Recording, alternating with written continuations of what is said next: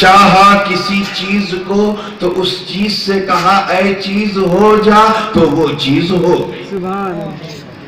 یار یہ چیز کس کا ترجمہ ہے؟ یہ چیز کون ہے؟ تو جواب ملے گا وہ چیز شیئن ہے. کیا ہے؟ اور شیئن کا ہمارے دادا محدث اعظم نے پورے قرآن میں ترجمہ چاہت کیا ہے. کیوں؟ کیونکہ یہ شاء یشاء کا مصدر ہے. جیسے آپ اپنی زبان میں بولتے ہیں نا حضرت، انشاءاللہ تعالی ہم لوگ صلاۃ و سلام پڑھنے کے بعد پوری دعا میں شریک ہونے کے بعد انشاءاللہ اپنے اپنے گھر جائیں گے. انشاءاللہ اگر اللہ نے، بولیے زور سے بولیے، یہ چاہا کس کا ترجمہ ہے؟ شاء کا، فعل ماضی کے لیے. اسی کا مضارع یشاء جو حال و استقبال، جو ورتمان کال اور بھوشیہ کال کے لیے یوز ہوتا ہے. جیسے قرآن پاک میں ان اللہ یرزق من یشاء بغیر حساب، اللہ جسے چاہتا ہے بے حساب دیتا ہے. کسے دیتا ہے؟ جسے چاہتا ہے. اسی کا مصدر ہے شیئن، جو شیئن یہاں ہے، اور اس کا ترجمہ ہے چاہنا. کیا ہے؟ چاہنا. اسی کا مصدر میمی ہے مشیعت، جس کا مطلب ہے چاہت. پیچھے والے بولو کیا ہے؟ چاہت. اب شیئن کا مطلب جب چاہت ہے تو پھر ترجمہ سنو. انما امرہ اذا اراد شیئا ان یقول له کن فیکن. جزی نیز کی یہ رب کا معاملہ ہے کہ جب اللہ نے چاہا، اذا ارادہ جب چاہا، شیئن کو، چاہت کو. کسے چاہا؟ یعنی ابھی کوئی تیسرا رنگ نہیں. ایک چاہنے والا ہے اور ایک اس کی چاہت. ابھی اللہ نے کسی کو بنایا ہی نہیں جو اس کی چاہت کو دیکھے. ابھی نہ نبیین ہے، نہ صدیقین ہے، نہ شہداء ہے، نہ صالحین ہے، نہ افلاک ہے، نہ روتان ہے، نہ رجما ہے، نہ نقبا ہے، نہ فرشتے ہیں، نہ جنت ہے، نہ عرش ہے، نہ لوح ہے، نہ قلم ہے، نہ کرسی.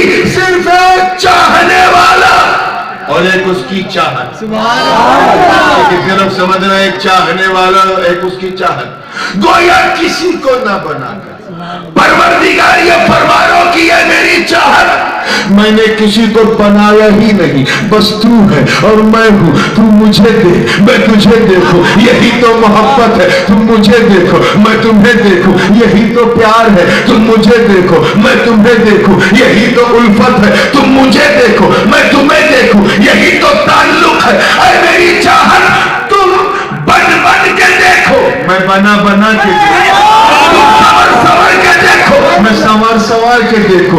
تم نکھر کے دیکھو، میں نکھار کے دیکھوں. جملہ دے رہا ہوں کہ تم اپنی طبیعت سے مجھے دیکھو، میں اپنی مشیت سے تمہیں دیکھوں. اور اس دیکھنے کو کوئی تیسرا دیکھنے نہ پائے. اچانک یہ محبوبیت کا تاج حضور کو کہ ملا اس کا ایک راز سے بتا رہا. اچانک چاہنے والے نے، رب نے اپنی چاہت سے کہا ان یقول لہو. بچوں کو چپ کرا. ان یقول لہو، کیا کہا؟ کن. اس کن کو ذرا غور سے سن.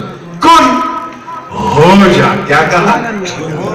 لگتا ہے پیچھے والے ہو جا کو سو جا سن رہے ہیں. بابا میں ہو جا کیا؟ ہو جا.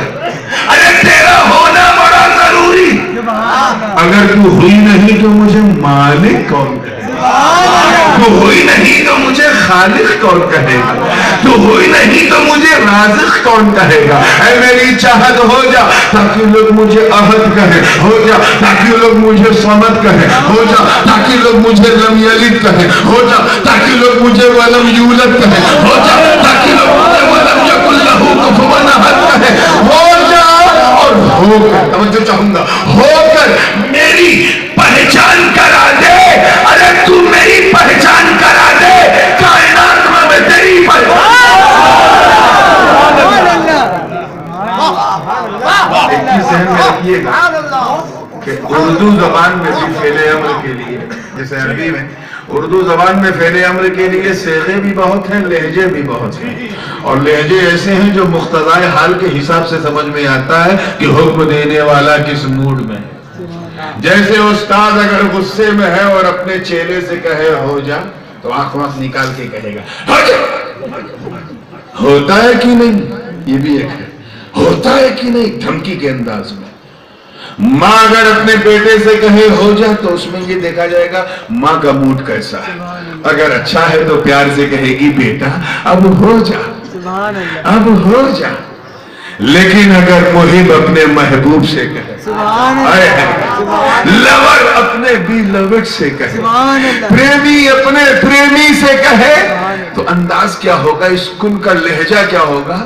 میں عرض کروں کہ کن اے میری چاہت اب ہو ہی جا، اب ہو ہی جا، سمجھ میں آیا؟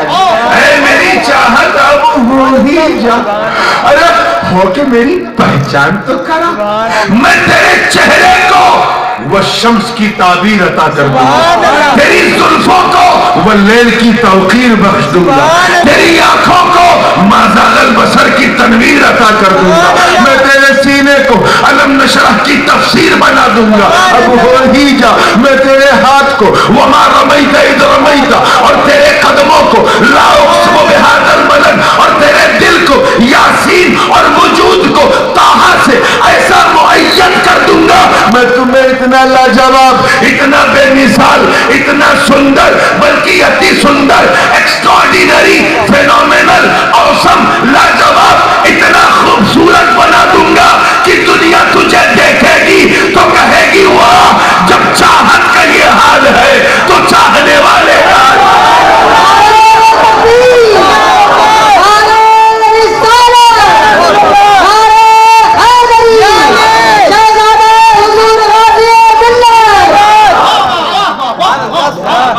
توجہ کے ساتھ کڑی سے کڑی ملی۔ اب کیونکہ مفتی صاحب ہمارے، ان کی علمی تربیت تو درسگاہ میں ہوئی ہے لیکن روحانی تربیت خانقاہ میں ہوئی ہے۔ یہ فیضان حضور قطب المشائخ ہے، خصوصی طور پہ اللہ تعالیٰ انہیں سلامت رکھے۔ میرا جی چاہ رہا ہے کہ ایک ایسی درسگاہی بات کروں جو بالکل خانقاہی قالب میں ڈھلی ہو۔ موڈ ہے؟ صوفیاء کرام فرماتے ہیں پر اس کو